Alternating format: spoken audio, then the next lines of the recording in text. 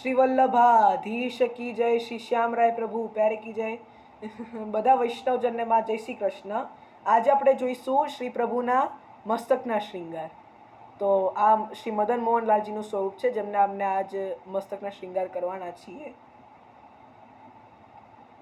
તો પહેલા આવશે આપણું સિરપેચ.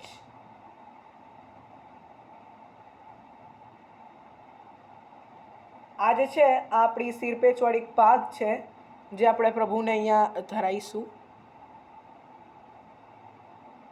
આ મોસ્ટલી આની ઉપર તુરા હોય કે કલગી હોય કે મુકુટનો પાન હોય, ને આ મોસ્ટલી ધરામાં આવે ગણગોરમાં ને નવવિલાસમાં. હવે જોઈએ આપણે બીજા શ્રૃંગાર. આપણે અત્યારે બાલ લીલા ચાલી રહી છે, તો એમાં શ્રી પ્રભુને આજ આ તાજની ટોપી છે. આ તાજની ટોપી કહેવાય, જે આવી તાજ જેવી હોય ને, ઉપર આટલી ફોંદના હોય કે તુર્રાય આપણે રાખી શકીએ અગર ફોંદના ના હોય તો. હવે જોઈએ બીજો ક્રમ. વસંત પંચમી વસંત ખેલ થાય, એમાં આપણે જડાઉ ટીપારા નહીં ધરાવતા, એટલે આપણે ધરાઈએ છીએ વસ્ત્રના ટીપારા. આને વસ્ત્રના ટીપારા કહેવાય. આવા આવે. હવે જોઈએ આપણે જડાઉ વનના ટીપારા, જે આવા આવતા હોય છે જડાઉમાં.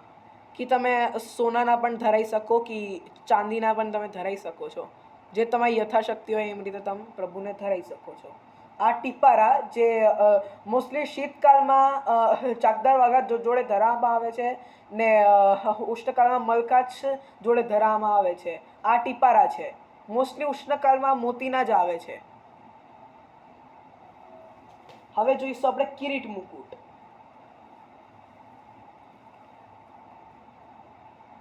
આ જે છે આપણું જેનું નાનું પાન હોય એ કિરીટ મુકુટ કહેવાય, અને જેનું મોટું પાન હોય એ મુકુટ કહેવાય, જે આપણે મોસ્ટલી મુકુટ કાઢને શણગારમાં કે 11 ધરાવવામાં આવે છે. હવે જોઈશું આપણે મુકુટ. આ મારે અત્યારે હીરાનો છે.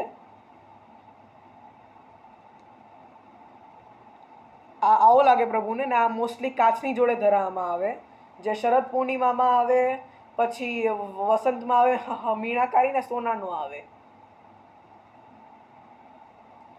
હવે જોઈશું કુલ્હે જોડ, જે આપણા ઉત્સવોમાં પછી જન્માષ્ટમી હોય એમાં ધરાવવામાં આવે છે.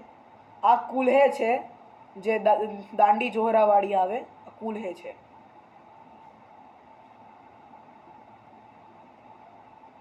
આ પ્રભુને જન્માષ્ટમીમાં ધરાવવામાં આવે, પછી ગુસાઈજીનો ઉત્સવ હોય, મહાપ્રભુજીનો ઉત્સવ હોય, એ બધા ઉત્સવમાં ધરાવવામાં આવે કુલ્હે જોડ.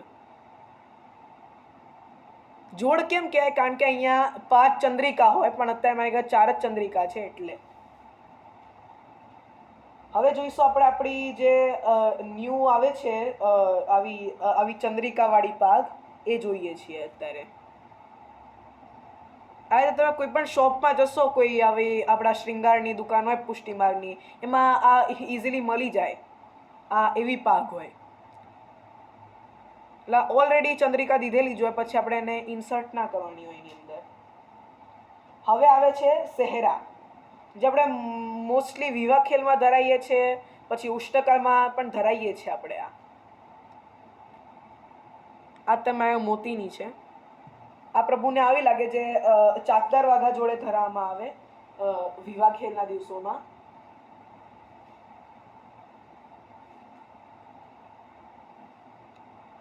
તો આ હતા આપણા શ્રી મસ્તકના શૃંગાર. ને તમને સારા લાગ્યા હોય સો બધા વૈષ્ણવજનને માં જય શ્રી કૃષ્ણ.